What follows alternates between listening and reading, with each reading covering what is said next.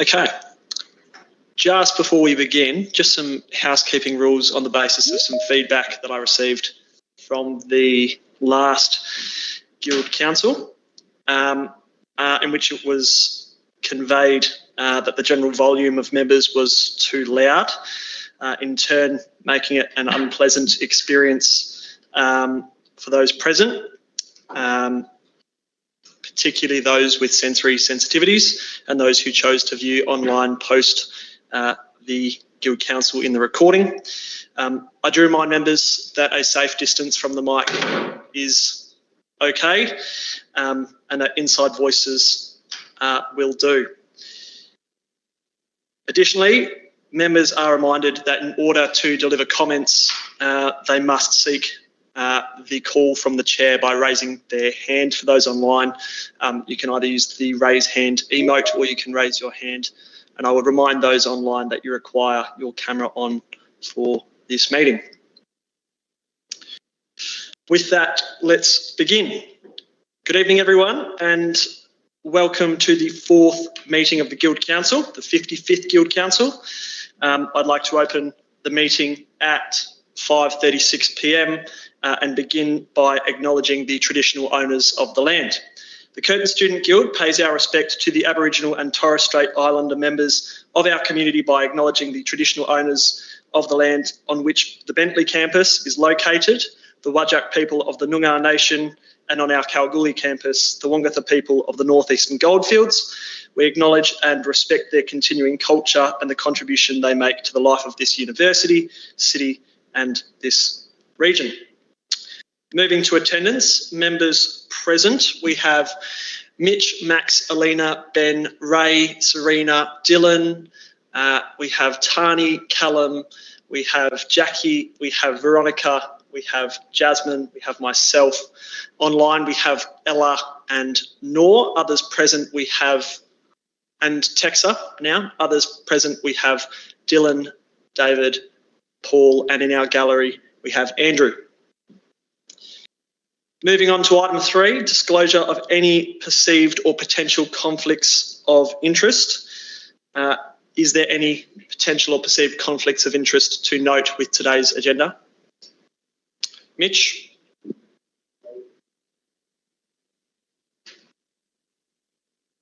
Myself and probably the rest of exec have a conflict with item 6.2, Executive Committee Constitution. Thanks, Mitch. Anyone else?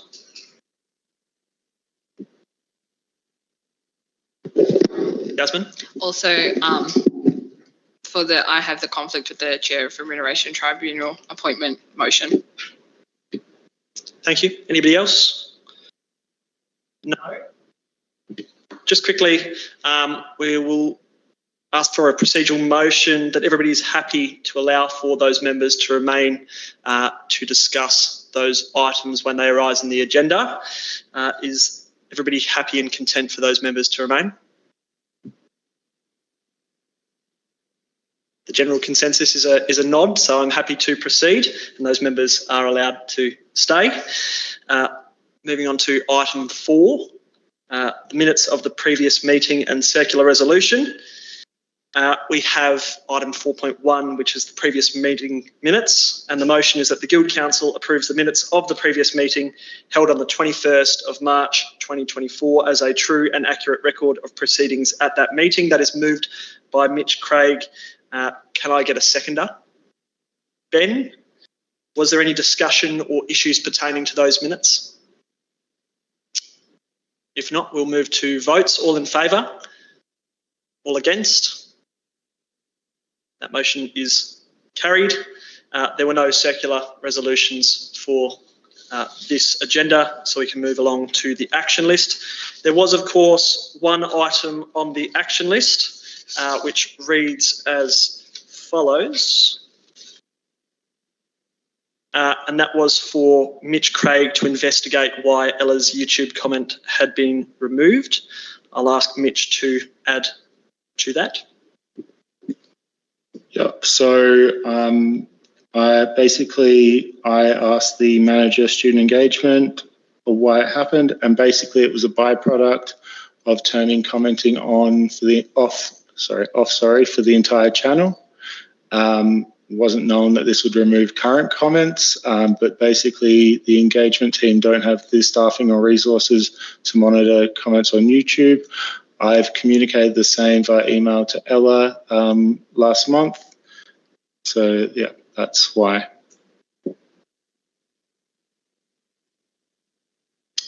Perfect. No questions, Ella? No, but I don't really find that response adequate. But I don't have questions. I just think students should be able to have the democratic right to comment on the reps board meetings that are meant to be open to all students. So I don't really accept it, but sure. Okay, thank you for that contribution.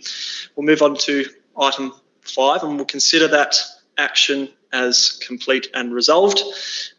Item 5 is, of course, reports. Jasmine, your report was submitted. Did you have anything to add? I just wanted to add, this was touched on a bit at reps board, but we had a motion passed about supporting May Day. We won't have another Guild Council by then, so I'll tell you now. May Day's coming up. If you're not a part of your union, join up and sign your union. If you're part of your union, I recommend that you go to May Day with your union and support the trade union movement. I'll be walking with the ASU, and I hope lots of people here be walking with their union. If not, there is kind of other groups and things and ways to get involved for May Day. Bring your family and friends along. It's really important that we show as a collective group that we all support the trade union movement, especially as being a part of the Curtin Student Guild. That's all I've got else to add. Also happy to answer any questions from my report. Thank you, Jasmine. Was there any questions for Jasmine on the President's report? Dylan? Hello. Yeah, okay. So what distance are we talking here? Wonderful. Yeah, I'll just talk like this. I've got a loud voice. Hello. Second meeting. First question, very exciting. Very interested in and very excited by the idea of the 100% SAF campaign. Really keen to sort of see what the thinking is around where it'll be targeted, what sort of time frame we're looking. Obviously, we've got the state and federal elections coming up sort of within the year as well. So where that's looking. Jasmine? Yep, so for the 100% SAF campaign, when the Accords was released and it was included in the Accords paper that the panel agreed that a proportion of SAF should go to student-run organisations. The NUS basically have come out and said that despite saying they were going to support 100% SAF, they're no longer going to be doing that, and they're just going to be supporting a 50% minimum to be delivered to student organisations, especially student unions that are democratically elected. But there hasn't been much movement on the campaign nationally from the NUS, so I reached out to the WA Guild presidents and made sure we're all on board for 100% SAF, and of course not accepting anything below the 50% minimum if something is legislated federally.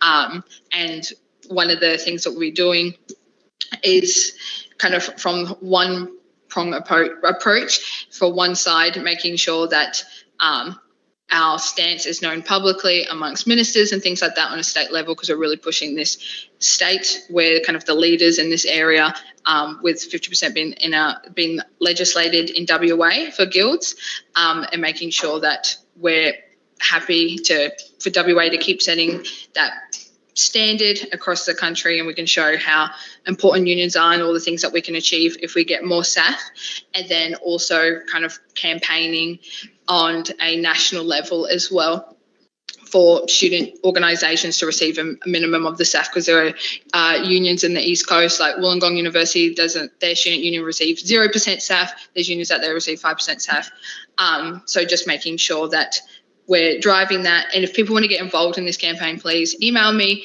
and we can kind of come up with some of the ideas we can do when communicating the importance of SAF to students and things. And it'll be really interesting to see once the federal budget is released and there's going to be further comments about the Accords, basically what is said federally, so we can plan what we're going to do on a state level as well. Thank you, Jasmine. Any further questions for Jasmine on the President's report? If not, we'll move on. Veronica, your report was submitted as Vice President Education. Do you have anything to add? I'll just add quickly a little bit of an update about the housing campaign. Obviously myself and Jasmine and Jackie have been mostly leading that, and we've been talking and working closely with Grok, who also is doing a concurrent sort of reporting on the student accommodation situation. So we're working a bit collaboratively and sharing resources on that. We're going to be collecting a lot of data and information from students about student accommodation in the next few weeks. And our first very immediate thing we are advocating for is to stop students receiving academic sanctions as penalties for things like not paying their rent on time in student accommodation. And then, of course, we're going to push further to our normal demands, better quality student accommodation, and tie that into our campaign for including students in the Residential Tenancy Act. But yeah, just clarifying that. Thanks, Veronica. Was there any questions for Veronica on the Vice President Education's report? If not, we will continue to move through the reports. Max, your report was submitted. Did you have anything to add? Not much to add.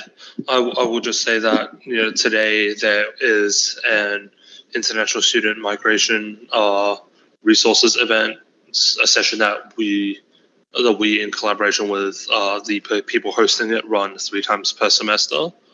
So that is going on tonight.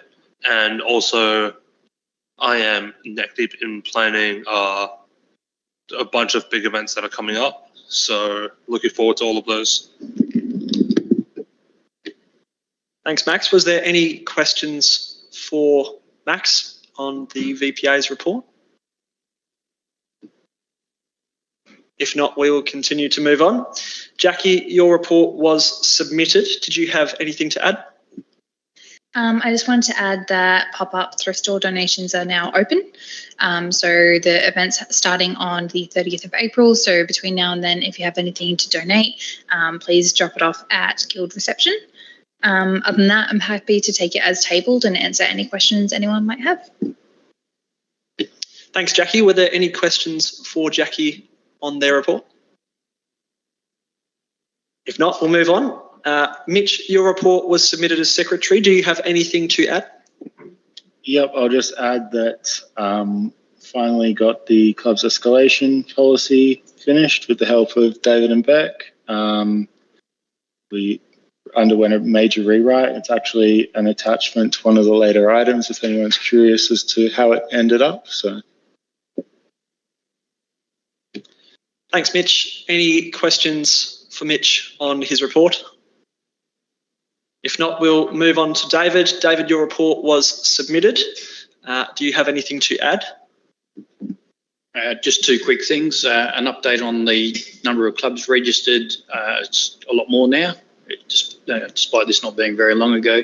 60 clubs are registered, 35 in process, most of those in process, just because there's things that clubs didn't provide or they need to clarify, but the majority of those clubs are not held up in any way from conducting club activities. So it's great to see. I think we're probably on track for 100 clubs this year. And the other thing is just to note that it wasn't possible to get the financials in my report when the agenda was initially issued. However, that was sent out today, and those financials up to and including March are in that report. Happy to answer any questions. Thanks, David. Any questions for David? Jasmine? In terms of the refurbishment update, do we know a rough timeline of when the drawings will commence for the retreat and the converting of the lab to a new student kitchen? Okay. So my priority at this stage is the student kitchenette. Once that's sort of under control, then I was going to turn my attention to the retreat. The kitchenette, I met with Properties today. They are okay with the concept. At a concept level, they've asked for a little bit more detailed information on a few things. The problem will be that they are short-staffed and have changed the model by which they approve things for tenants. So that's the big uncertainty, is how long it will take them to actually approve the more detailed fit out, even though we're not really changing a lot in there in terms of there's nothing that changes with regard to fire, waste, water, those sorts of things that make things more complicated. So I'm pushing it through as fast as I can, but when the university processes are involved and they're changing the processes and they need to recruit people, I'm not overly confident of a fast timeline, unfortunately. Thanks, David. Was there any further questions for David? If not, we'll move to the motion. The motion is that the Guild Council approves the reports. That's moved by Mitch Craig. Can I get a seconder? Max? And all those in favour? Those against? That motion is carried. Item 6 is the business on notice. Item 6.1 is the safety report. The motion is that the Guild Council notes the safety report. That is moved by Jasmine and seconded by Mitch. Jasmine, did you have anything to add? Jasmine? So with under the Guild injuries, near misses and hazards report, there's something about an incident that happened at Toga. Has that been, like, was the patron okay? Like, was it kind of followed up with everything? Like, were they contacted after? Yeah, so I guess there's two comments I'll make on that. Probably the main issue in terms of, going back a little bit. So with those large events, we use an external supplier for first aid, in this case, St John's. And there were 2 first aid trained people there in attendance. Unfortunately, they weren't at their station where they were meant to be when the incident occurred and somebody was discovered either unconscious or close to. So they had to go and find those people. We are still waiting for a response from them to be able to close out that incident report. But it's certainly something that will be, for any future event, clarifying our expectations and making very, very clear. I think part of the problem was that there were 2 people provided who were perhaps a little bit less experienced. So we will be saying in future, we need at least 1 out of 2 people, or at least 1 person out of whatever team must be reasonably experienced, because they would know those sorts of things as well. So that was really the major issue out of it.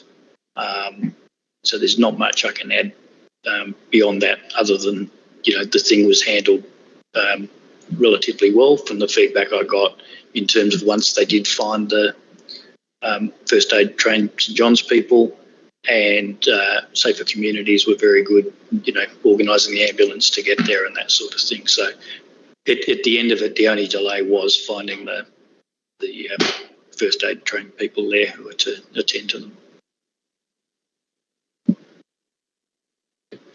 Thanks, David. Mitch is seconder. Do you have anything to add? Nothing really to add. I just wanted to ask what prompted the purchasing of the spill kits, and why didn't we have them before? Okay, so 2 things, I guess. One, the spill kits are not so much for a hazardous material like a flammable spill or things like that. It was more so, just out of the safety inspections, we always pick up other things we rotate people through. And there was an observation that we can have 40 litres of oil, for example, in a fryer. We have 20 litre containers of oil. If it gets spilt, then the floor becomes very slippery and very dangerous. It's actually the bigger risk or the likely one. So the thing is, how do you mop up 20 litres of oil and make that floor safe to walk on? So that was really the focus and the thing that drove it. So we've now ordered the spill kits, and anywhere that there's a reasonable volume of oil, there will be a spill kit there, so we can mop up any spills and ensure that the floor is safe in the area. Just before we move to discussion, I do just want to remind our online viewers that this is not an advertisement for spill kits. Was there any discussion relating to the safety report? Jackie? I was just wondering if there was an update on what happened to the TAV ceiling. At one point I walked in there was like a big pillar like holding up the ceiling in one point. I was just wondering if there was any update on that. How long ago are you referring to? Is this recent, something I don't know about, or is this going back more than a month? Sorry. No, I should have brought it up at last Guild Council. So it is over a month ago. Okay. I was just wondering if there was an update. Yeah. So basically, I'm not sure how many people here have ever crawled up into an old ceiling and know how they're put together, but there's the old original style of construction to hold a ceiling up. And excuse me for the lecture here, but you just need to understand a little bit of the background, then it gives a bit more context. So, okay, so here's David's lecture on ceilings. So here's a beam, the ceiling's underneath, and they have plaster saddles that go over the top, and that's what holds them. Once a ceiling gets like that, constructed in that method, gets to around 40 or 50 years of age, it's not uncommon at all for those to start cracking. And then, so that in itself, you don't even necessarily need something else. So it's certainly got those older style saddles in there. So potentially it was just those giving way. If you've also got a bit of a leak into a ceiling and some moisture is being absorbed, the ceiling becomes heavier as well, and that can contribute to it. So my understanding is it's related essentially to the age of the ceiling, and they do become more prone to failure at that sort of age. That's also another reason, I guess, that building as is at end of life. To really do much with it, you'd have to rip out all those ceilings, put up modern plasterboard ceiling. So that's part of the reasoning as well, that we're keen to relocate the tavern, subject to everything planning out with the university into the 104. The Central Cafe building, because the structure of that building is actually in pretty good shape. Riveting stuff from Dr. David Lekettner. And having delivered a lecture at Curtin University, I think that qualifies you for the Excellence in Teaching Awards delivered by the Guild. But I'd have to clarify. Is there any further discussion? Tani. Just not to circle back, but to circle back about the Toga Party incident. Could be an idea just for the VPA. I'm a fiend of a good Toga Party to see like red frogs there. They're very good at making people like feel comfortable to go to them before something escalates into something like that, and creating a safe space to go to. Just an idea.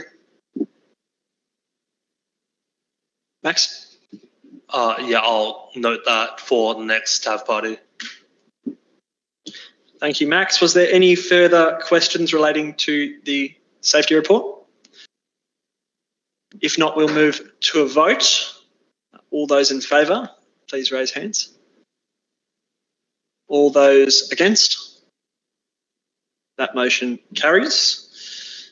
Item 6.2 is the Executive Committee Constitution.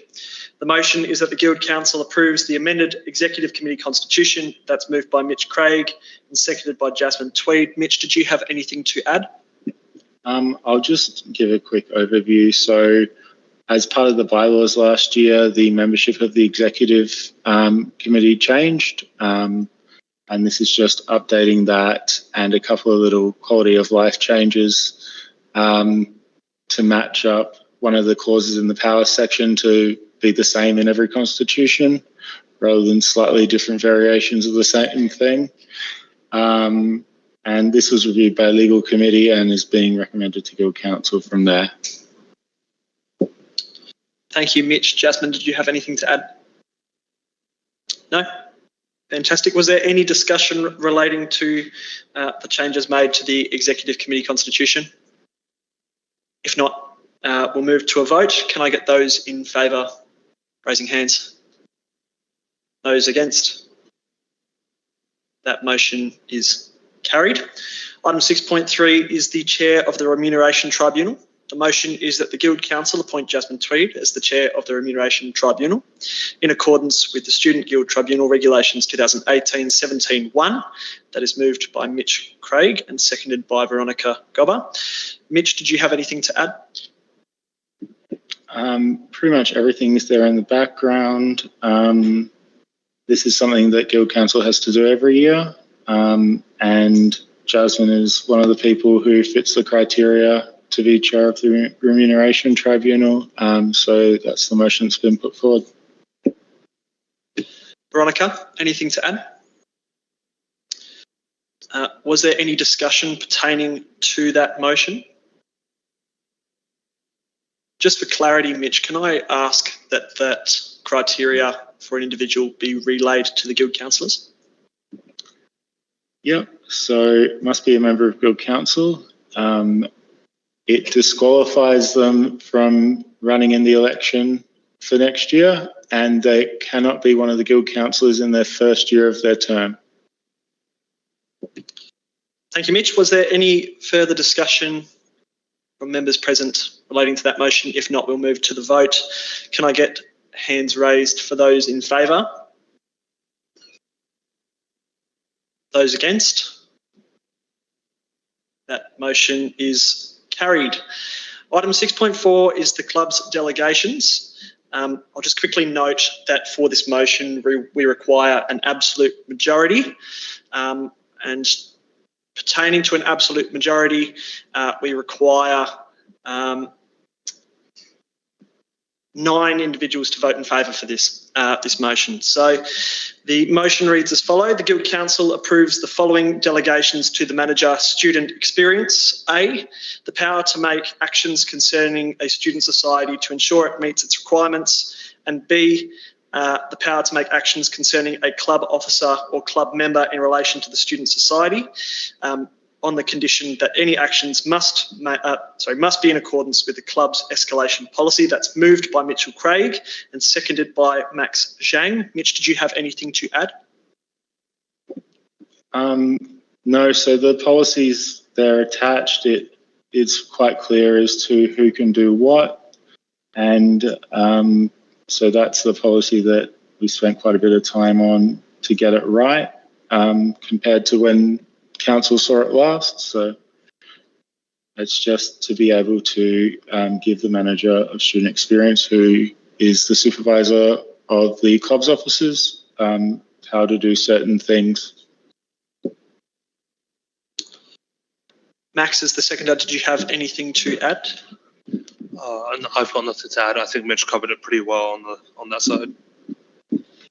Thank you, Max. Just quickly, briskly following that, I just want to note that Ella has left the meeting, and will advise at point when she returns. At the time, of course, being 6:02 p.m. Thanks, Mitch, for interrupting my flow.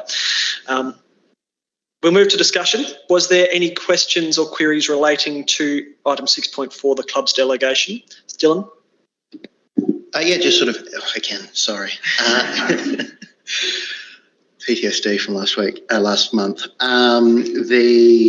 Become the very thing I swore to defeat. How do things currently work? Like, what's the current, what are we changing to go towards the manager of student experience?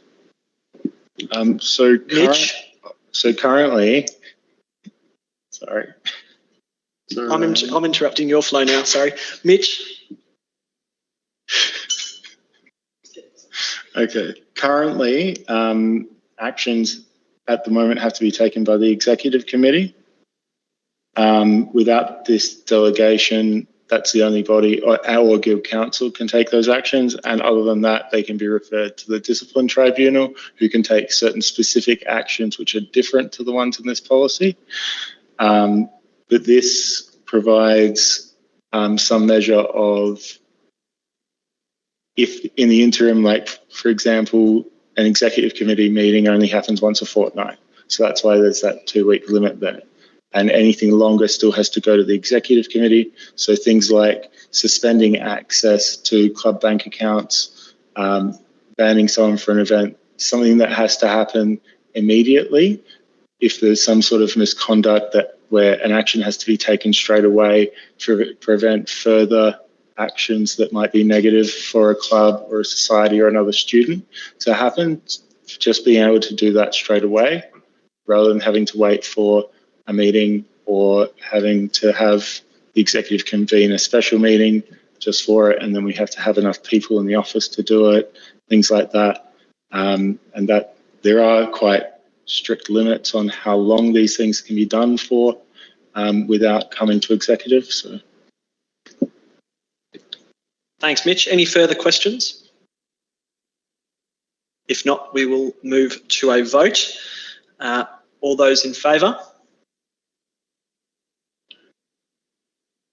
All those against? That motion is carried.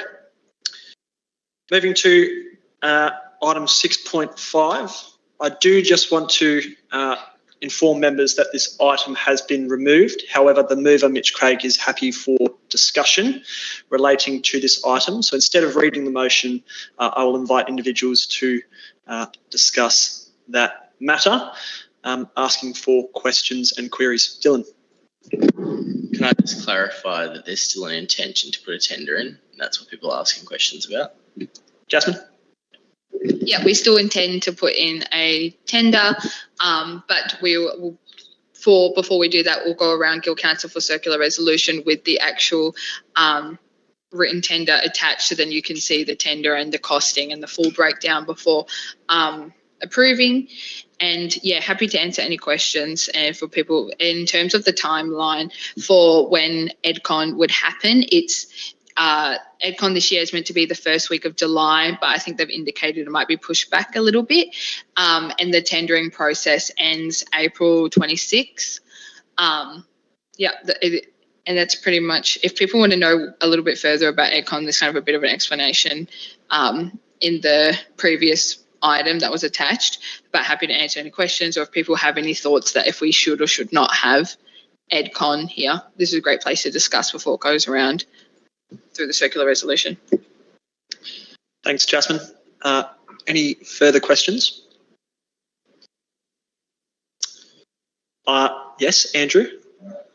Yes, you are. At the discretion of the chair, you are allowed to ask questions, and seeing as I'm the chair, I'm allowing you to ask questions. Thank you for the discretion of the chair. That's a bit loud. Is this better? Okay. In terms of the tender, could you explain what the process of the tender itself is and what that would look like? And then I have some follow-ups as well. So basically, it's like a written proposal why it should be held at Curtin University, with a breakdown of costings, what we can provide that other universities' campuses can't provide, how much it would cost to fly here, all of that jazz, and why Curtin would be a great place to host it. And then all member organisation campuses are invited to submit a tender if they would like. Once we've done that, we submit it to the NUS, to the secretary and the education officer, and then that goes to the national executive team, basically, which is their equivalent of the head council of the NUS, and they vote on where it should be held, and they compare the different tenders that are submitted. For reference, last year we submitted a tender as well, but the University of Queensland beat us. I guess everyone wanted that tropical holiday instead of coming to the beautiful state of Western Australia. But so that's basically how it works. So they vote on where it will be, and then the planning process starts and organising everything like that. But it's pretty much just a vote of everyone on NX or where they want to have it. Thanks, Jazz. Any further questions? Andrew, again. Last year for EdCon at the University of Queensland, that's where it was, right? Yeah, UQ. There was some graffiti, and there was instances of disruption in staff area and multi-purpose areas and stuff like that. In terms of your tender that the Guild is hoping to put in, have you any thoughts around that or concerns as well? Jasmine? So we have put in the tender the things about safer communities, and that is something if people feel unsafe or if they see anything, they can report there. But that is a big risk that comes with these conferences when you have 100 plus uni students all in Stupol come to your campus with very conflicting political ideologies. So that is something I think the council should take into consideration. And if you've read any wonderful articles that were published by Grok last year, or the tweets, you can basically see the types of behaviour and activities that can sometimes happen during these conferences. And yeah, I highly recommend that council take that into consideration when voting whether we should submit a tender or not. But yeah, stuff like that does happen, and we will have to deal with it when it comes along. Dylan, the standing invite, Dylan. Alrighty. Speaking rights, Dylan. So the Guild put in a tender last year. I'll ask you two questions in one. First one is the Guild put in a tender last year that was declined due to the fact that Perth is too far away for Eastern States universities, even though we have to go to theirs. But what is the reasoning behind the need to supply another tender this year if we already did one last year? And then the second question would be, is there a ballpark figure about how much the Curtin Sheen Guild would be willing to contribute to the NUS in order to have the tender be put in? Jazz? So for the first question, in terms of submitting another tender, basically the education officer, Grace, has just, the only thing they've asked us to do is update how much we're willing to contribute for equity grants, and if there's changing and costing for food or for flights. They've said basically the rest can stay the same for submitting it. And for the second question, basically the rough amounts that the Guild is willing to contribute is around, I think we looked at it, it was around $6,000 for equity grants and to cover that. But also a big factor on why there's like a benefit of why we could have it at Curtin is that we can book rooms free of cost. We can do catering cheaper if it's in-house, things like that. But that's overall how much we've budgeted for. And the NUS say roughly about $9,000 to $10,000 needed. But one of the reasons why we've done a little bit lower compared to other universities is when it came to the question of equity grants, when people from Western Australian universities have applied for equity grants through the NUS to fly to Education Conference, basically everyone in WA was denied being provided a grant, especially for the Sydney conference that was held in 2022, and kind of it has left a bit of a sour taste in some of our mouths when it came to providing grants. And we've also been indicated from the NUS that literally no one wants to put in a tender. So keep that in mind as well when voting whether we should put in a tender or not. Callum? In the motion that has been removed, it does say previously campuses have offered a bid that included financially contributing approximately $10,000. Just for some clarity, is that a provisional cost if the tender is accepted, or is that alongside the tender, that like an application fee almost? No, that's, yep, sorry, right. No, that is like a provisional cost for everything. It's not like a $10,000 upfront type of, bid type of thing. Mitch? Just to be clear on how much it costs. So it's not $10,000 extra on the budget or anything. So a lot of what we would normally spend on sending our representatives over East would be saved and used towards this. There might be some small extra, but that could be brought from other budget lines. Thanks, Mitch. Was there any further discussion? Standing invite, Dylan. I'm hoping Ella would be here for this one. In light of all of these salacious revelations about the NUS, have we looked into whether or not, and also the 100% SAF campaign only being spearheaded by guilds in WA, has there been any looking into whether or not there needs to be, not as a replacement, but as a addition, a WA National University's awareness? Jasmine? Funnily enough, Dylan, yes, I have. When I had the initial discussion with the other guild presidents, basically being like, WA, we've consistently having to band together and advocate for ourselves because the NUS aren't doing it, and when they are, but when they do run a campaign or anything like that, they don't communicate with WA guilds, or it's just not relevant to the context of universities in Western Australia. And this happens time and time again. We talk about it every year when it comes to the affiliation. So when speaking to the other way guild presidents, I was like, hey, this could potentially be remedied if we come together and kind of focus on WA a little bit. And on Friday, I've got a separate meeting with the guild presidents, and after that, we're going to have a little bit of a yap of what we want to do after. In addition, I've had to, throughout the year so far, I've sent a lot of emails to the secretary and the president of the NUS, informing them of the endless list of bylaws that they are in breach of in the NUS, and some really concerning stuff with their governance and how they are continuing to fail member organisations and their governance and their compliance, and their secretary very conveniently never responds. And their president has sent a response, but again, it's kind of just been shifted onto, well, the factionalism makes it hard, but again, they've got a secretary that's not doing their job, and it's disadvantaging WA guilds like we're seeing in the SAF campaign, where we're forced to basically do it ourselves. Thanks, Jazz. Any further discussion? Andrew.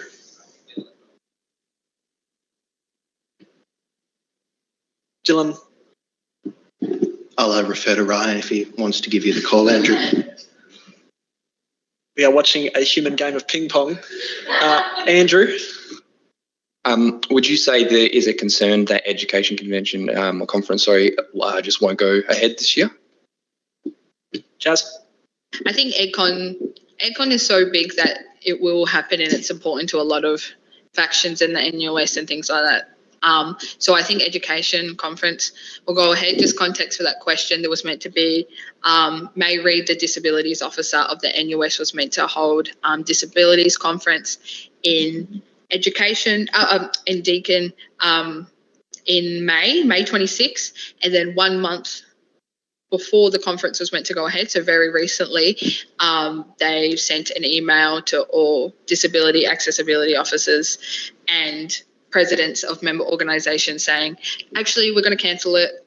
Sorry if you've booked tickets. Here's a link if you want to ask me questions about it. And they explained that basically they were trying to organise a lot of the conference themselves and didn't have the support systems they needed to help do a national conference like that. And yeah, so it was just cancelled straight away. And I think there's potentially a case for some other conferences that the NUS wanted to hold this year. But I think education conference and national conference, they're the ones that will go ahead. The others, who knows? Dylan Storer? Yeah, I guess sort of in light of the interesting nature of the NUS at the moment, and, you know, I've never had the privilege of attending one of these esteemed conferences. So it would be delightful to have the opportunity to at least watch from a slightly closer distance it unfold. I sort of wonder what the Guild's broad strategy is if we've got all these complaints about NUS, how it runs, how it doesn't take our concerns and the concerns of other WA guilds seriously. Is our approach here to make this, like, to try and make the NUS be relevant to us by bringing them all here? Or is it,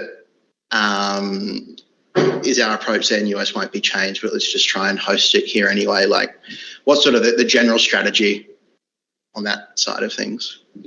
To add to that quickly, is the carrot and the stick approach worthwhile? The carrot being having it here in Perth, the stick being having it in Kalgoorlie? Jazz or Veronica? Veronica.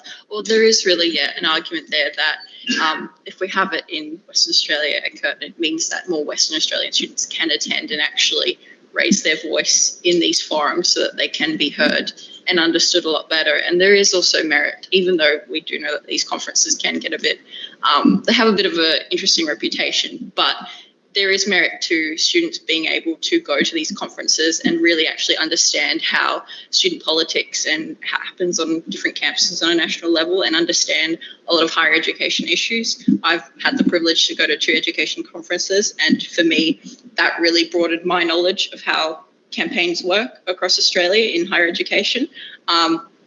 And that's really good knowledge, I think, for the WA Guilds to have and understand.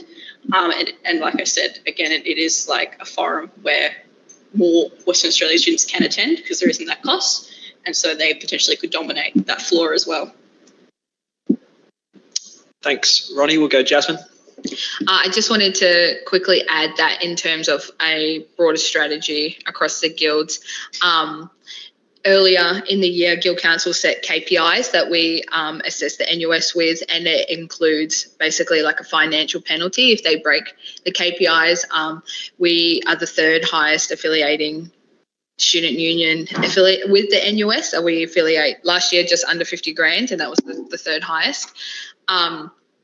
And we use that to assess the performance of the NUS, and a lot of that is not just with their the regulation of the NUS itself, it's also to do with conferences and member organisations and things like that. And I sent those KPIs to the other guild presidents in the state and to some other member organisations in the eastern states like Queensland, where they also feel a similar struggle that Western Australia feels in not being taken seriously or recognised by the NUS in their campaigns and in their advocacy.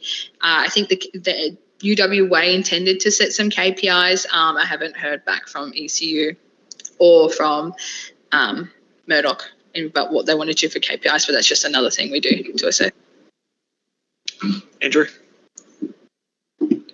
Just a question for Veronica. In terms of what you just were talking about, students that, like Curtin students, if EdCon was to be held here, they'd still have to buy their own ticket to go to any of the actual plenaries and workshops and stuff like that? Yeah, and that ticket price, I'm actually not quite sure. It's not on the top of my head if that's set by the NUS or us. Oh, Dylan can answer that. Excellent. Dylan, standing in by Dylan. Former National Executive Dylan. So it's set by the NUS. So if you put in a tender, you're basically putting in that you want the conference to be held here, and that you do some of the grunt work in organising it. But when it comes down to what the theme of the conference is, who's speaking, when, all of that stuff, how much it costs, it's an NUS conference. You're just basically tendering to be the location and provide the empty rooms and the support for their conference. So that would answer. I'd just say, though, that it's common in the eastern states where they don't have big transport costs, especially for bigger organisations that have some solid funding like Uni Melbourne, where they would open it up to students, so the guild would pay for your ticket if it's reasonable. So you said when it was held there it was only $20, but then when it was held last year I think it was like $100 or something. Yeah, UQ was $100 because they use that revenue to fund the NUS. So it just depends, but that's traditionally how they've gone. I just also wanted to say that the only benefit is you bring people here and make them physically listen. And also just in general, I do think EdCon is a valuable conference out purely because if we don't have that conference, there's no opportunity for guild officers to actually network, and it's a very corporate term, but there's no opportunity for them to really actually network with each other, and there's none of the benefit happens at the actual workshops. It all happens where you can actually exchange ideas and say, hey, what are you doing? Everyone's got similar frustrations, but student guilds and student unions are notoriously awful at communicating with each other, so it's kind of kicks people to actually be in the same room as each other. Thanks, former executive and standing invite Dylan. Callum? Veronica or Jasmine, I don't know if you know, are there any other WA universities putting out tender? Because if the goal is to kind of get the NUS to come over here and listen to us, it may be out of the scope of what we're talking about, but would it be worth, as former National Executive Dylan said, networking with the other unis, even though it may be hard to contact them and talk to them, but getting even UWA possibly to put in a tender so there's more WA pressure rather than just Curtin for a second time in a row saying we want it. Might it be worth getting a few other WA universities to put in a tender just to lump pressure on? Jazz? So I asked the other guild presidents, especially in particular Indy from UWA, if they would want to do a joint tender, some sort of mixed campus or cost sharing, coming together of campuses and kind of have a WA pride moment. To put this lightly, there's a little bit of contention about the NUS on our campus, but especially on the UWA campus, where there was a lot of discussion about whether they would even continue to be a part of the NUS. So it's a little bit of a sore patch. And Heidi from Murdoch, who is also the WA State Branch President, funnily enough, doesn't actually have any interest in hosting education conference, which is really interesting, but and ECU don't have the resources to host the conference. So it's come down to the Curtin Student Guild once again if we want something done. I'll go on the record and say that possibly doesn't want it at Murdoch because Murdoch is a shit callum. From what you've said, there's a bit of contention about the NUS in WA. Why are we keeping giving them money if they're not listening to us and they don't want to listen to us and they don't want to come over to listen to us? And I like unionism in student politics and in the workforce, but if the union's not unioning, why have you joined the union? A la SDA.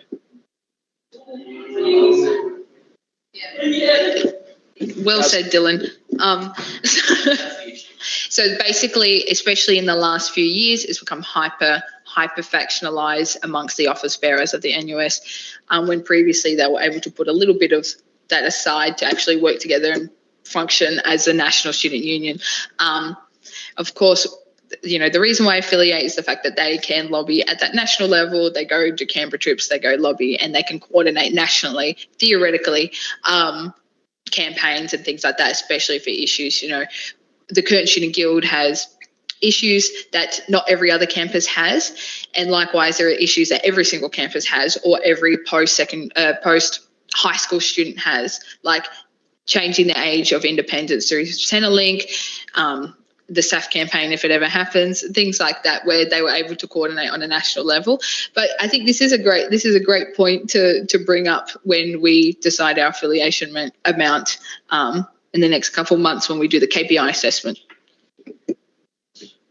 Former state executive and standing in light. You've got me on my favourite topic, so I'm sorry. So the NUS has always been governed poorly. We tried last year, the NUS president and I tried to think about ways of fixing the NUS governance, and we gave up because of the fact that ultimately in any democratic organisation you need a majority of people to vote with you. And the frank reality of it is that the majority of NUS conference and a supermajority of the national executive of the NUS are people that are in the faction affiliated with the SDA. So you raise the SDA as a fake union, shouldn't be wearing a shirt. The SDA as a union that is plagued with issues, and it is, and that comes down to its ideological leanings and the way that it decides to operate. And the basic problem with the NUS at the moment is that it's being run by the exact same people. So the way you ultimately fix the NUS is that you get good people elected as NUS delegates, and that you try and change that culture. WA traditionally just hasn't had that same SDA presence, which is why there's always that butting of heads. But I would just say, look, you know, the NUS is your kind of organisation to take and do what you want with it. You have to make them listen to you. There's so many tested voices, but as you can see from even bodies like this, if you don't have the majority of votes, if you're a minority in here, you need to speak up, you need to have your voice heard, you need to convince people, and it's much harder than it is to just be the majority and say, we can just choose whatever we want to do. Right? I just invite members to clarify acronyms used. Whilst we all might be familiar with acronyms that are used in our common discussion, the minute I may not be, neither may be individuals watching online. Do you want to list the acronym and then I'll tell you what it is? You can go SDA, NLS, NUS, etc., etc., etc. Some of those won't mention, but correct. National Union of Students. Yep, this is a message the SDA is the Shop Distributive Alliance, but it's basically the union that represents people who work in retail and fast food and distribution, and they've been traditionally run in a very conservative manner. So hence and these unions have students who align to their views and are members of that body, and they basically ideologically sit in the same category, and they contest at the student level to get a student union. Callum? If I could just make a point about what Dylan said. As an industrial, not political member of the SDA, the definition of union is being stretched very thin to the SDA. Again, thank you for that contribution. Andrew? Former National Exec, Dylan. The SDA members that you were talking about in the NUS, all the people that have the same sort of ideological fervour, I guess, what groups and factions do they usually fall into within the NUS itself? I love this. I'm back. No, but the breakdown, if you really want to get into a factional level, the breakdown is you've got a faction of Labor left students and students who are broadly in that ideological belief system of democratic socialism. That's called NLS. They don't really tend to, they're not formalised into different groups. It's very much like each campus has its own views and fights with each other. Socialist Alternative is all Socialist Alternative, and they're, but they are it's just Victoria, and that's it, basically. Victoria Socialists, and the rest of them are along for the ride.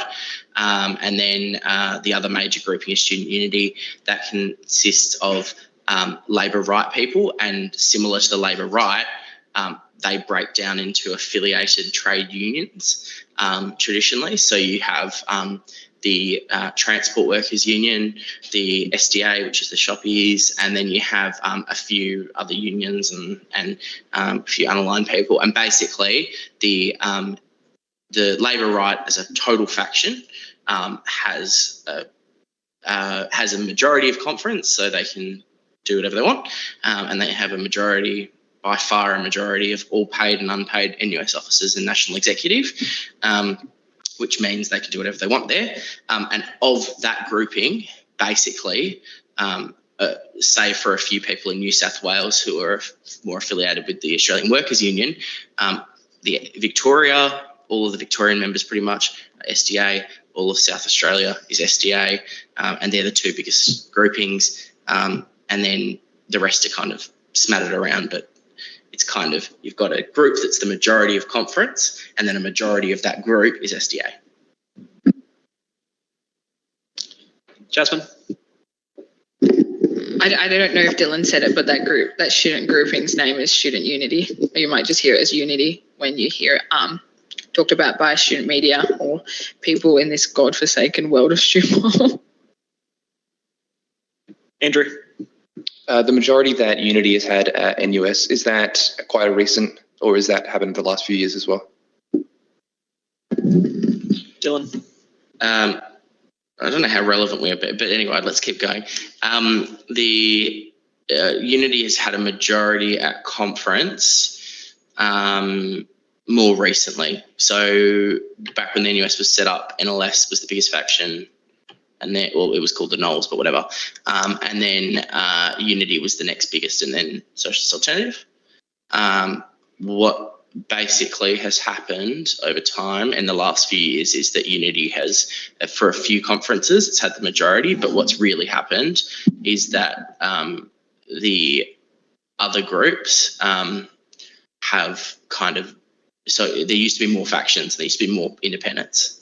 So you used to have Unity used to be able to get a majority by getting Liberal Party people, by getting, because they work with them and all that, and get ultra conservative people, and they put them all in one big group and then have a majority. Now Unity of its own has a majority, so they don't need other small groups or to get independent campuses on side.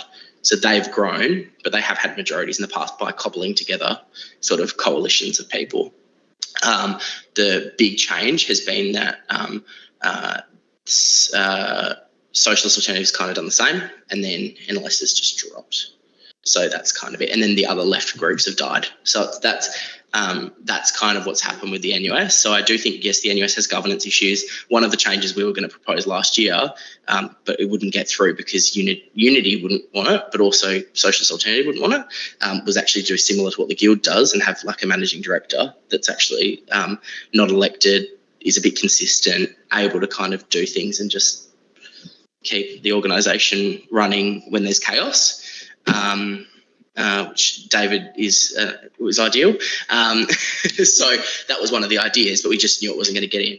But in the meantime, if you actually want to meaningfully change the organisation, you need to ultimately, you just need to, other campuses need to elect better people and students need to elect better people, basically. Last one, Andrew. It is, thank you. And thank you for that background. My question is that, so there's not a big population of student Unity sort of aligned folks in WA, I assume, within student politics. And because of that, how does that affect the issue of the tender itself, do you think? Does that have any impacts? Because I know that a lot of Illuminate sometimes aligns with NLS. So I'm wondering, does that play anything with this tender back to the motion at hand? Thank you. Basically Murdoch, who have previous year, I can say all this because who cares? Murdoch, who in previous years was very much a fundamentalist Christian group and a right-wing group that shut down like queer departments and things like that. They still the same group running it, but because those core people that got in on that ticket of, because Murdoch actually used to be, if you want to look way back, used to be the most socially progressive socialist group, a guild. And you wouldn't know that by looking at them now because they are like SDA. But basically what's happened is that group got in, was very conservative in terms of running the guild. They politically, because they haven't kept those original people, have softened a little bit. They're probably more now, like Heidi, I think, is openly a Liberal Party sort of person, but they've joined Unity, so they're Unity campus. The other WA guilds, and it's been quite common for WA guilds to be quite different to the rest of the country and be more independent driven and independent run, and I think that purely comes out of the fact that we are so separate that when they're all organising and having, running around to try and win lots of different campuses, WA is left alone to actually just let students run in their own elections. So there's a bit of a benefit there, but they are in WA. Would that affect the tender?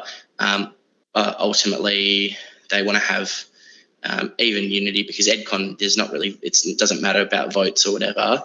It's a conference. Unity tends to want to. They don't. Ultimately, in my personal opinion, not defamation, in my personal opinion, they don't really care about the NUS being effective. They like a fun argument conference. They want to have sort of trots and whatever. So that's why they had it in Queensland, because they thought they'd be able to get more of them, more of the trots, and have lots of people there to argue. And they thought that WA, the trots, wouldn't be able to come here because they don't often hold elected roles. That's it. Ray?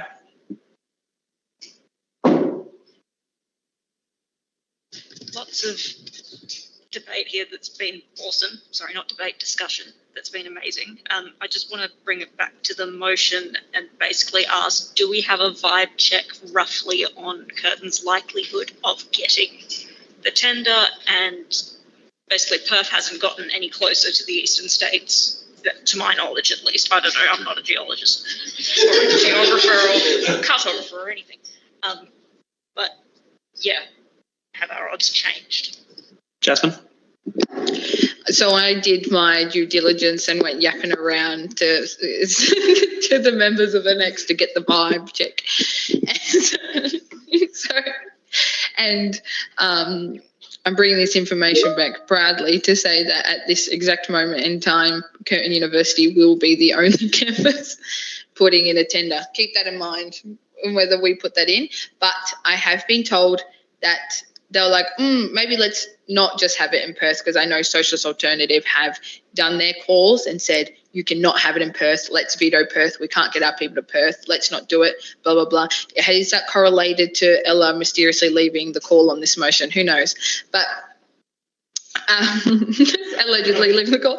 But so if it's not going to be here, which a lot of the education officer wants it to be Perth, the person that runs the conference, if it's not going to be here, it's going to be at Flinders University in South Australia.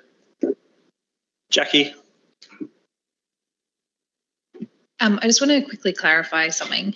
If Curtin is the only university who does put forward a tender, if it's approved, will it be here by default, or is there still some autonomy of the NUS to go, no, we don't want it in Perth? Nothing about this the NUS is real, so they will just be like, oh, we can't have it in Perth, we've got to get another campus quickly, and then that's when Flinders will submit their tender. Veronica? So just to quickly circle back to what Ray said, we also, for Curtin Guild to hold it, we have to get permission from Curtin University, which we have put through, but we haven't got a response yet. So also, we also need to rely on that. Yep.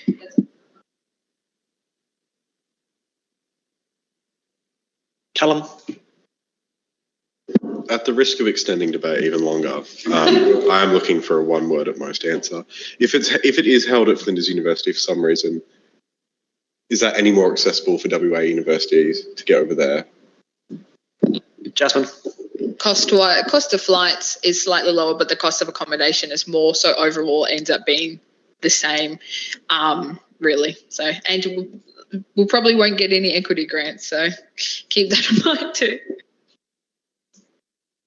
Whilst this has been a riveting discussion, not quite as riveting as David's architectural building lecture, we do run the risk of going slightly long.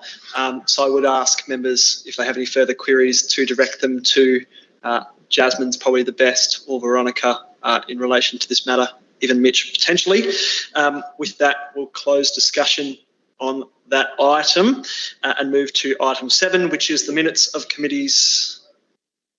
You don't need that, but do you want to just get a vibe check of where the council's at for us, so that we know whether council is inclined one way or another? Yeah, great suggestion, Mitchell. Thank you. What do we think, guys? Again, we don't want to run long, so maybe raise hands for yes.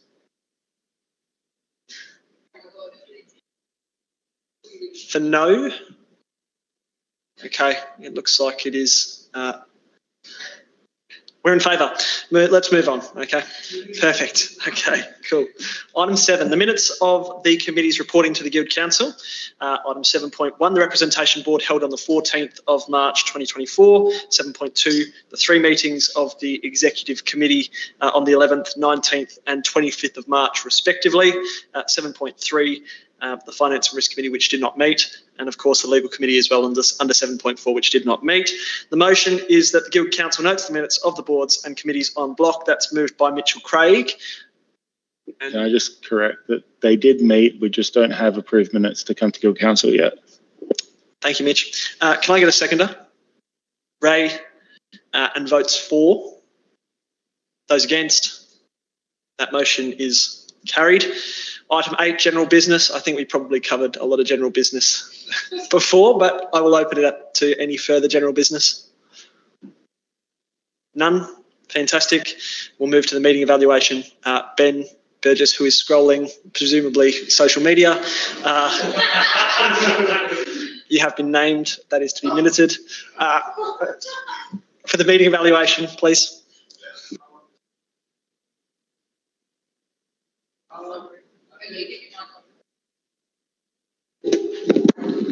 Overall,